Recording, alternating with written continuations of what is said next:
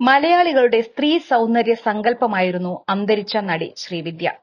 മലയാളികൾക്ക് ഒരിക്കലും മറക്കാൻ പറ്റാത്തൊരു നടിയാണ് അവർ.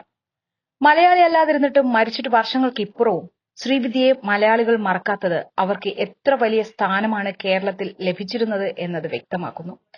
ഏറെക്കാലം ക്യാൻസർ ബാധിച്ച് ചികിത്സയിലായിരുന്നു ശ്രീവിദ്യ. 2006 അവരുടെ മരണം. തമിഴ്നാട്ടുകാരിയായ ശ്രീവിദ്യ അവസാന കാലത്ത് താമസം കേരളത്തിലേക്ക് മാറ്റിയിരുന്നു. സഹപ്രവർത്തകർക്കെല്ലാം ശ്രീവിദ്യ ഏറെ പ്രിയങ്കരിയായിരുന്നു. ശ്രീവിദ്യയെക്കുറിച്ച് നടി മോഹിനി ഈ അടുത്തു നൽകിയ അഭിമുഖത്തിൽ പറഞ്ഞ വാക്കുകളാണ് ഇപ്പോൾ ശ്രദ്ധ നേടുന്നത്. അവർ മരിക്കുന്നതിന് ഒരാഴ്ച മുമ്പ് എന്നെ ഫോൺ ചെയ്തിരുന്നു. നീ തിരുവനന്തപുരത്ത് വരുമ്പോൾ എന്റെ വീട്ടിലേക്ക് വാ, നിനക്ക് വീട്ടിലുണ്ടാക്കുന്ന ഭക്ഷണം ഇഷ്ടമല്ലേ, നീ ഇവിടെ വന്ന് കഴിച്ചോ എന്ന് പറഞ്ഞിരുന്നു. കേരളത്തിൽ വന്നപ്പോൾ ശ്രീവിദ്യാമ്മ എന്നെ വിളിച്ചു. വീട്ടിലേക്ക് വരുന്നോ എന്ന് ചോദിച്ചു. അവർക്ക് സുഖമില്ല എന്ന് എനിക്ക് അറിയുകയേ ഇല്ലായിരുന്നു.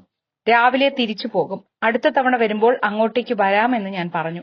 അവർ മരിക്കുമെന്ന് എനിക്ക് അറിയില്ലായിരുന്നു. അവരെ പോയി കാണേണ്ടതായിരുന്നു. എനിക്കിപ്പോഴും അതിൽ വിഷമമുണ്ട്. ഞാൻ വല്ലാതെ കരഞ്ഞ മരണം ശ്രീവിദ്യാമ്മയുടെ മരണമാണ്. ഗണേശ് ഏട്ടനെ ഫോൺ ചെയ്ത് ഭയങ്കരമായി കരഞ്ഞു.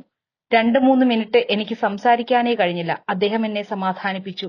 കുഴപ്പമില്ല മോഹിനി, പോട്ടെ എന്ന് പറഞ്ഞു. ഇത്രയധികം ഞാൻ ഇഷ്ടപ്പെട്ടയാളായിരുന്നു ശ്രീവിദ്യാമ്മ.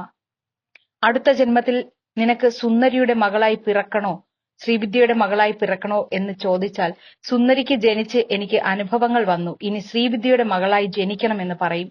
അത്രയധികം അവരുടെ കണ്ണുകളും ചുണ്ടുകളും മൂക്കും മനോഹരമാണ്.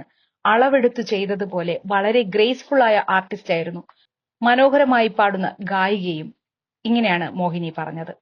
അവസാന കാലത്ത് ശ്രീവിദ്യയ്ക്ക് ഏറ്റവും കൂടുതൽ അടുപ്പമുണ്ടായിരുന്നത് നടനും ഇന്ന് മന്ത്രിയുമായ ഗണേഷ് കുമാറിനോടാണ്.